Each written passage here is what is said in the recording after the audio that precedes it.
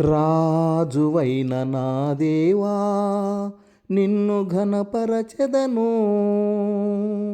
ప్రభువైన నా దేవా నీ నామమును అనుదినము స్తుతించెదను.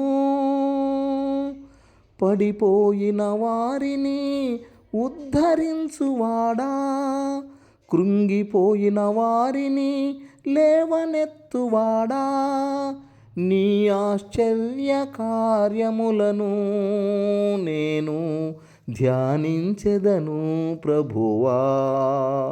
నీ పరాక్రమ కార్యములను నేను వివరించెదను ప్రభువా. నీ కృపా సత్యములను నేను ప్రకటించెదను ప్రభువా.